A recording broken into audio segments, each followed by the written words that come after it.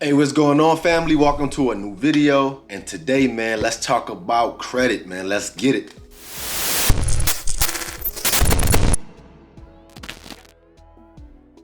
All right, y'all. So in my hand, I got 18 credit cards. I know that's a lot of credit cards. And I did a video, I think in 2020, if you go back, where I talked about my credit cards. At the time, I wasn't as knowledgeable as I am now when it comes to credit cards.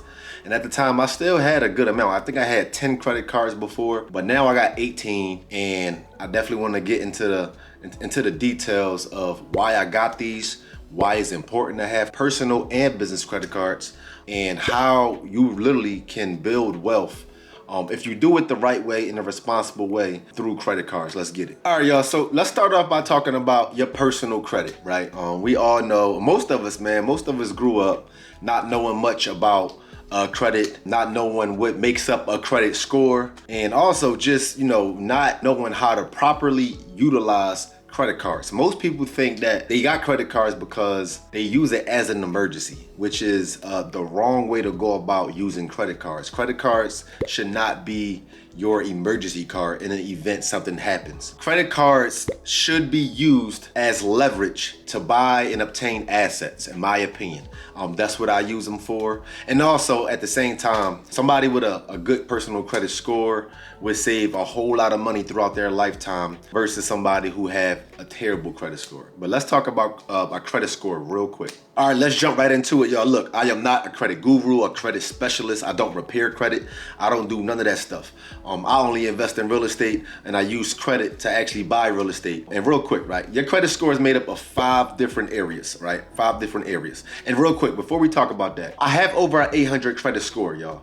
And it's not that, again, it's not the fact that I know secrets and all these different things to make your credit score be extremely high. It's just the fact that I always just basically paid my bills on time. I had a super low credit score before in the 500s, and that's because my credit utilization, which means that my credit cards was maxed out, but I always make the bare minimum payment, no matter what's going on. All right, back to what I was saying. So your credit score is made up of 5 different areas, which makes up your credit score. The highest credit score you can get is an 850. So let's start with the first part. Your first part of a credit score, which is the most important, is your payment history. Are you making your payments on time? That makes up 35% of your credit score. Making your payments on time is super crucial. I always knew that anyway, which is why my credit score is so high now. I never ever missed a payment.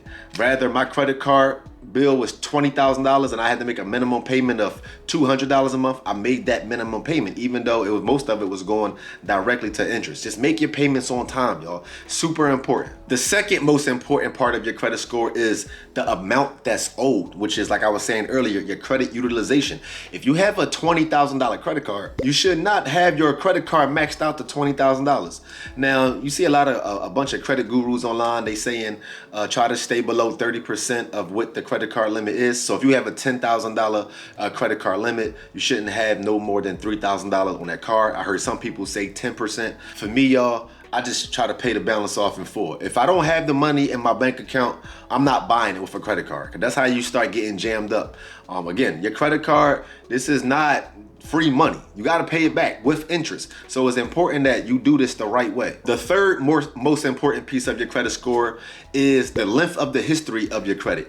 So it was a time I was about to pay off my student loans completely, and I graduated in 2009, y'all. To this day, I got the money to pay off my student loans, but I'm not going to do so because it's going to mess up my credit history. That history that I got, it improves my credit score. So a lot of people I know, right, they have pay off credit card or close a credit card they had since they was a teenager, and they see their credit score go down when they do that. And that's because they erased all of the credit history. So the longer you have credit, the better it is for you. And that makes up 15% of your credit score. The fourth most important part of your credit score is the credit mix. What type of credit do you have on your credit report? So for me, right, I got real estate, which is my personal mortgage. You can have a car loan, student loans, a credit card. They want to see a mixture of different lines of credit to prove that you are able to handle these different types of loans. And that makes up 10% of your credit score. So just having just one credit card, I mean, it's a start, but you kind of want to have different mixes of credits. Like I said, car loans, mortgages, student loans, credit cards, personal loans, and that all makes up, and helps you improve your credit score. And it is crazy that they want you to basically get in debt in order for you to prove that you are able to borrow more debt. It is what it is. You got to play the game. And let's move on to the last piece. So the fifth part of this puzzle as far as making up your credit score is new credit. So you ever hear people say hard inquiries? They got so many hard inquiries. Like last year I had 18 hard inquiries on my credit report because I'm always applying for new credit. And that also makes up 10% of your credit score. And I don't really worry about that too much. As long as my payment history and my credit utilization is down, all that other stuff to me ain't that important. But those inquiries can lower your credit score if you get too many. I think it's preferred that you have 3 to 5 hard inquiries within a 12-month period in order to keep it at a safe place. And that's what really makes up your credit score, y'all. But let's jump into why credit is actually so important and how you actually can get wealthy using these the right way. All right, y'all, again, so you got personal credit and then you got business credit. And you also have a personal credit score and you have a business credit score. Now, first and foremost, your personal credit is the foundation of your business credit. You really can't get business credit, man. I'm sure some tricks and stuff out there, but you really can't get access to business credit unless your personal credit is official and all the way intact. Don't think that you can come out here, open up an LLC and just get access to all this business funding. That's not how that works, because you're going to have to be a personal guarantee for all of these cards and loans that you get on the business side. So for me, I got 18 credit cards, 9 is personal and 9 is business, y'all. And this is what I do. So right now, again, you got a personal credit score. And I just told y'all that if you got too much debt on your personal side, that credit utilization will be too high, your credit score will drop. So me personally, I only have 2 things on my personal credit report, which is my personal mortgage and my student loans.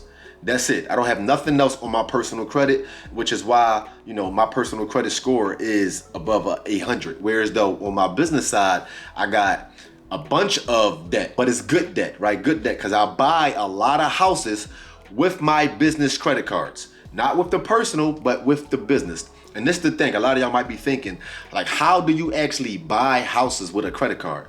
There's so many different websites out there. So it's a website called miliopayments.com. miliopayments.com. It allows you to literally attach your credit card to this website. It'll liquidate all of the funds off the credit card to pay for the property or pay for whatever you try to pay for. For me, again, I buy assets.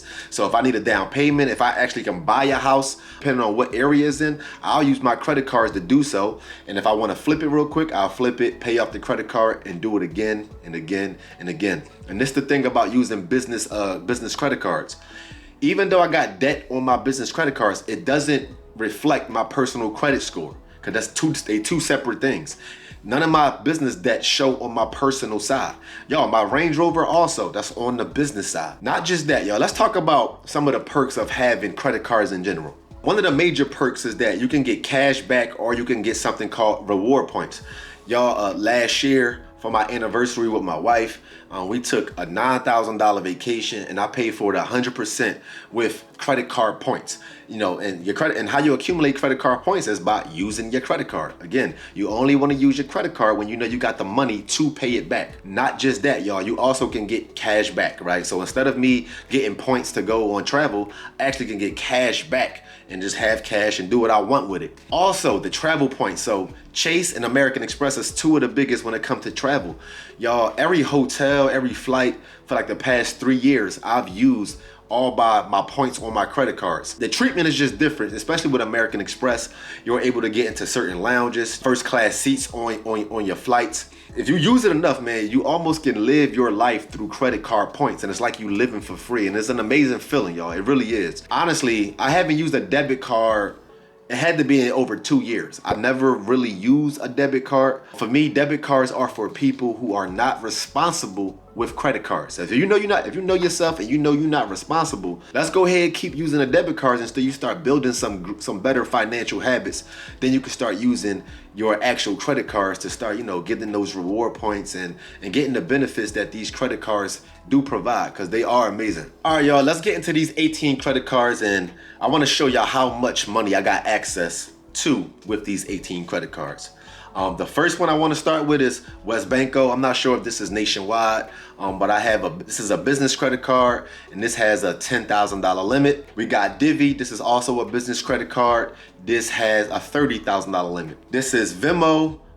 This is a personal credit card. I actually applied for this by mistake, but it is what it is. It's only a $7,000 limit. We have Truist. This is also a business credit card. This is a $15,000 limit. We got Discover. This was one of my first cards. This is a $12,000 limit. This is a personal, by the way. Chase Sapphire, one of my favorite cards.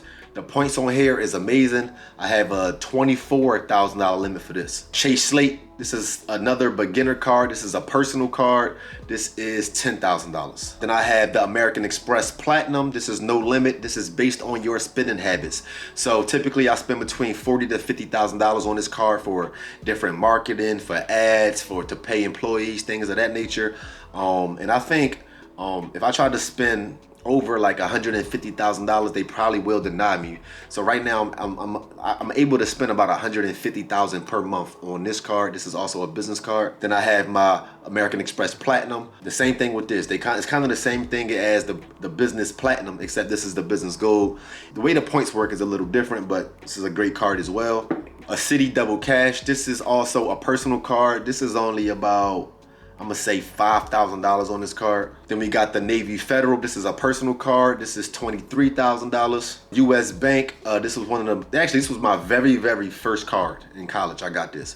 This is $7,800 worth of credit I got on here. Then we got the US Bank business leverage. I got $28,000 on this. I use this a lot for my real estate business. Then I had the US Bank business platinum. I also use this a lot for my real estate business, also $28,000. Then we got the American Express blue card. What is it called? I don't use this that much. Cash preferred card. This is like $11,000 on here. This is personal. Then I have another business unlimited Inc. This is $39,000. $39,000. This is a business card. I have Business Freedom. This is a personal card, and this is, I believe, $15,000. And my last card is another Business Unlimited Inc. And this is, again, this one is actually $15,000, a business card. So if you add all those up, let me do the math on that. Hold on. So between all 18 of these cards, I got access to about $280,000. And once you start graduating the credit card game, you step into something called lines of credit, which is what I use a whole lot right now.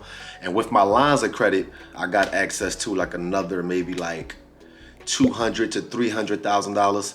And a line of credit is a little different because it's not a card. It's not a card. It's when the bank actually gives you access to money, and it's like a line of credit in which you can use it. Whenever you want to use it, it's there for you to use. Again, you got to pay all this stuff back. Nothing is free money, y'all. No such thing as free money. You got to pay all this stuff back. But remember, the most important thing is after you develop some great financial habits, you want to use all of these cards, all of this debt to buy assets that's able to pay the debt back and also profit money in your pocket as well. That's the whole point for me when it comes to these cards. And also that $280,000 worth of credit cards, that didn't include the American Express Gold and Platinum because, again, they don't have a limit, so couldn't really put a number to it. So I hope this video motivates you, inspires you, or just educates you in some way so that you go out here, get your credit together so you can leverage these credit cards and go buy some real estate and buy some assets. See y'all on the next video, man. Let's get it.